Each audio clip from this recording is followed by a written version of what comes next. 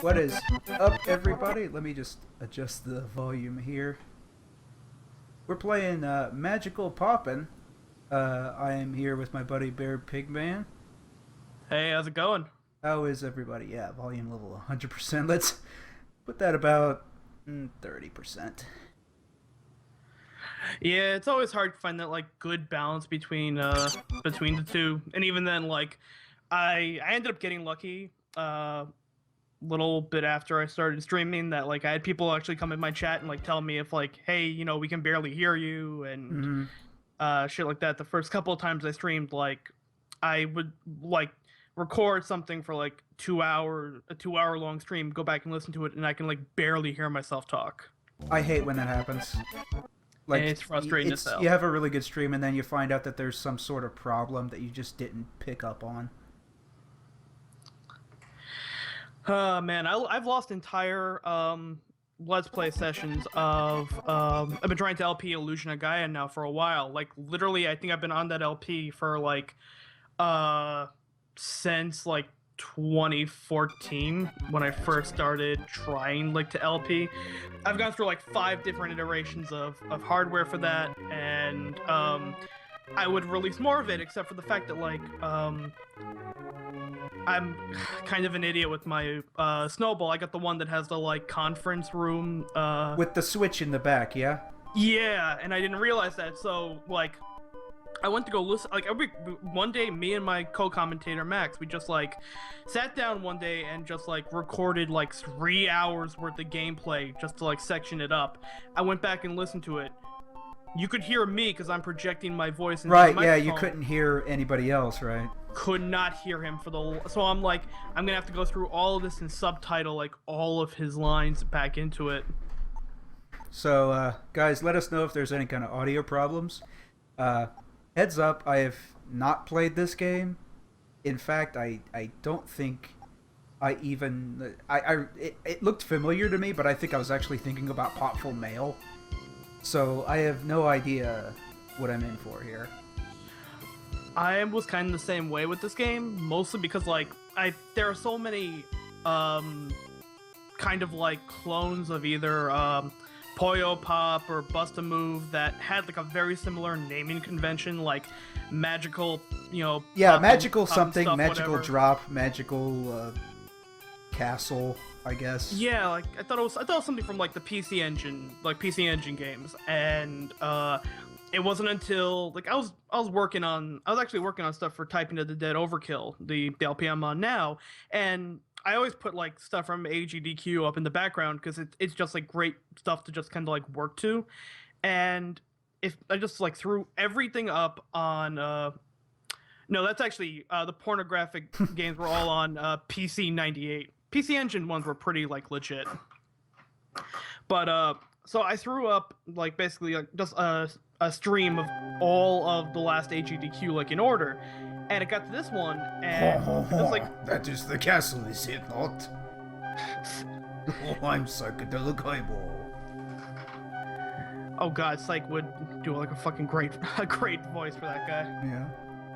Well, oh my god, it's Rick! You gotta invade that castle, Morty! You gotta get that princess, Morty! You gotta take her magic amulet, Morty! We gotta get that amulet, Morty! See, I didn't even get this far. I just kind of started the game up. I didn't even realize there was an opening cutscene. Now, what's omake mean? I've seen that several times. So omake pretty much means out of continuity, for the most part. If you have a really serious anime or a manga, and they do a little 10-minute kind of jokey segment. That's not, so technically it's not part of the canon. And yeah. I'm air quoting the fuck out of my fingers right here. That's usually considered an omake. Mm-hmm. Okay, so it's like a side mission that doesn't have anything to do with the story, then. I have to assume that. And we got a nice cameo from Tella, who's, tell me that guy is not fucking Tella from Final Fantasy IV. Oh, I have no idea. Was he the bard? No, but he was the one who said, you spoony bard. Okay.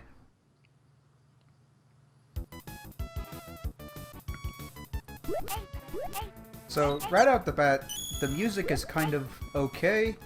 We have voice sampling.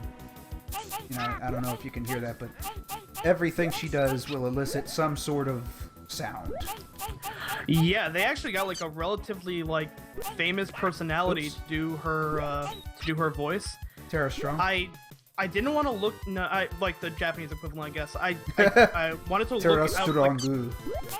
I was gonna look it up at work, but apparently, like the woman who did this was a Gravure AV model, which is basically like it's not pornographic, but it's the next level too. So I basically just click on a Wikipedia page, and there's like a girl in a bikini, like half coming up, and I'm like, okay, I'm getting the fuck off this page before I get fired for the dumbest reason ever. Work. I am not getting fired over stupid shit like that. No, you can find your own stupid shit to get fired for. If I'm getting fired for something, it's gonna be something great. So, one thing I noticed is if you're up by a wall here and you strike, you get bounced back a little bit. Yeah, your sword has neat. pretty much like your sword has bounce back. It you can clash because there are some enemies you'll see here that like have a spear or something, and you can kind of like clash with them. And when you clash with them, you can do a combination attack. You can also pogo if you do a down strike. Oh, you have to hold it down. That's neat. Yeah, like straight out Zelda 2. That's neat. And if you hit select, you can do a like big like Kamehameha beam. The Hadoken, yeah. Yeah. And it takes she up, sounds takes up incredibly 1 star. bored when she says that. Yeah, she does. Like it, Kamehameha. Whatever. Stars are pretty plentiful in this game, and those are like you really only kind of need them for boss fights because some of the bosses in this game are fucking ridiculous without them. But yeah, this game like it's got some of the best like game feel I think I've ever had played on like a Super Nintendo title. This has like Kirby level charm and like game feel to it. Mm-hmm. The controls feel very good. Yeah, I'm very responsive. I like that you can pretty much like mash the sword to get like as many hits in as you want. There's no real like delay to it. Oh, I can actually do a combo. Yeah, that's like if you so when that guy actually there's one below you if you go to the left of where you are. Oh, too late. I went in the house. Oh my god! I can bounce on the bed. Yeah. Game of the year. If you time your jump right, you can actually go higher, which you are definitely gonna want to do. So I can go back down, right? Yeah. Yep. Oh my gosh, this is great. You're gonna want to get that treasure chest that's up there, though. That has a really good item in it. Oh, it's just a heart. It's a maximum. Your heart maximum up. heart goes up by 1. Oh my gosh. So yeah, so now you got 4 instead of 3. Oh man, you read me like a book, Bearpigman. I swear to God, like I saw this game being played on HEDQ, and I'm like, that's really fucking cute, and like that's got really good game feel. I don't know why like no one's ever kind of talked about it before. And then I played some like, okay, this is exactly what you're looking for in a game. I'm like, okay, yeah, I gotta tell people about this. It's like Kirby with kind of a little different feel to it. Whoa. Oh. So I guess this is where we just shoot the guy? Yeah, his health bar is that like the skulls. The little skulls, to yeah. the right. So the cool thing about it is like a slash of the sword does the same amount of damage as throwing a sub weapon. Oh, so check out that mode 7.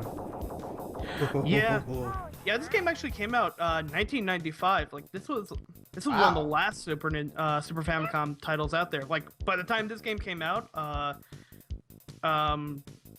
Saturn and PS1 were both out in America, I think.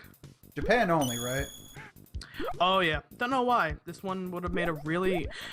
Oh, I was saying this on my stream of the game, and Envy can test. He was there for this. This seems like the kind of game that they would have. Oh my gosh, this guy! Look at him. This guy. Oh, tell you what. The enemies in this game are really fucking cool. Oh, I'm sorry. I should have set up screen share.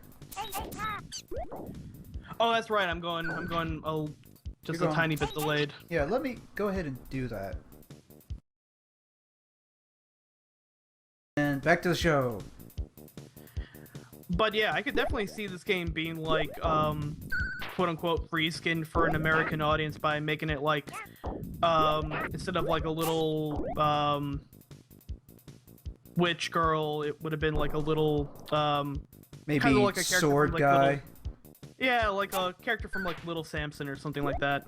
Like a little brawler dude. Yeah. So, I can't get through the lollipop door. Nope. I actually thought it was a magnifying glass when I first saw it. Everything. This game has a very kind of Metro. We're kind of getting into the whole Metroid part of I see. this game, where there's a little bit of exploring to be done. A little bit of backtracking. Yeah, and like obstacles blocking your way, and you got to try and find the power to get through them. Like, I hate describing when people like describe a game in terms of another game, like, oh, it's like Dark Souls meets whatever. Meets but Leisure Suit Larry. is- Yeah. this is I would play the holy shit out of any game that was like Dark Souls meets Leisure Suit Larry. That would be fucking great. I want that game. But this is really like, this kind of took like a little bit of every game that really worked in Super Famicom, and like it took good feel from Metroid, even like kind of the Sparkster games, like that sword arc is very much like Okay. oh, So... you actually just want to throw it like a Ah, okay. yeah, as your little like axe arcing weapon. Okay, so yeah, lollipops. And I guess it takes 4 stars to do that? Okay. Yep. Okay, so now I'm stuck. Don't know how to get that. Hmm. I didn't get it in my playthrough either. Hmm. I know there are like hidden paths and stuff, and or like paths around. Cause when you fight the boss of a level, you can't really go back. Uh-huh, yeah, so you have to get it in the stage. Yeah, but more than likely it's probably just like a healing item or another maximum heart or something like that. Oh, maybe it's like a thing where you have to come in from the other direction. Maybe I think that's what it is. maybe we Yeah. passed it up already. I know I definitely haven't explored like even close to everything in this game. So you're... Oh, damn it. No, I don't. No, I don't have enough to get through the door. You also gotta pick it. It's L and R to switch between Yeah. your sub weapons. So I can't even pick it now because I'm out of stars. Yeah, I just gotta grind for. I mean, you grind for them. The enemies will drop them pretty damn soon. Look at this guy. I really like the AI of enemies like that. Like, Yeah, actually, look at him. Like you have to like really kind of get up and like chase them down. It's really cool. Uh-huh. So Which one, Envy? I imagine there has to be some kind of super jump. You get a grappling beam later on, but that's really about it. Power Blade. Oh, was that the one that was on Power Blade? That was the one on it was like on Nintendo Power, that had like the Duke Nukem looking guy with like a giant boomerang. If I remember correctly. I remember so many games that I've like never played just from their like Nintendo Power The guides. the guides and like the cover, like Power Blade or God, what the hell? I think it was Castlevania 2, where they just had like one of the scariest looking Draculas like in any what? magazine cover. Oh, you got up there. Yeah, somehow. Well, hell, look at that. Aha! I got a birthday cake. Now, if only you could get through there and get those stars. There has to be some way to... Just used up my 2 stars. Maybe it's like if I didn't fall down here in the first place, I could have got there. Your best bet for grinding them is probably just to go down into the basement, because those the blobs that split into three. Oh those, yeah, drop there's a hallway there. I forgot about it. Those blob things tend to drop them pretty nicely. And I gotta say, the voice sampling on this isn't... It's actually pretty decent. It's like, I initially complained about it a little, and then like 5 minutes later, I kind of completely forgot about it. I mean, it's still not the worst. It's you know, it can get grating, but I kind of compare it to. I don't think it has that chance because you know how like in Silhouette Mirage, it's like you've got China and she's like shouting like reflector and beam and all this kind of stuff, and it's really loud and kind of obnoxious past a certain point. Whereas here, it's very quiet. So I don't think it gets the chance to become grating like that. I even think like when I think of most annoying sound effects in any game, I think to the Game Boy Advance port, A Link to the Past, which was actually for the most part a really good port of that game, compared to like they tried porting over so many Super Nintendo games to Game Boy Advance, and like a lot of them came out, you know, like I remember like the Mario World port had a couple of things missing. Like a lot of the game felt a little messed up, and then Link to the Past had like really great feel, but every time you swung your sword, he did the ha ha ha ha. Oh yeah. And like I had to mute the game half the time. That pissed me off so much. And Link he has kind of an obnoxious voice. I mean, I'll say it. Yeah, but really up until Ocarina of Time, you didn't have to fucking deal with it. Uh-huh. Now I'm playing my favorite one, and I have to hear it all the time.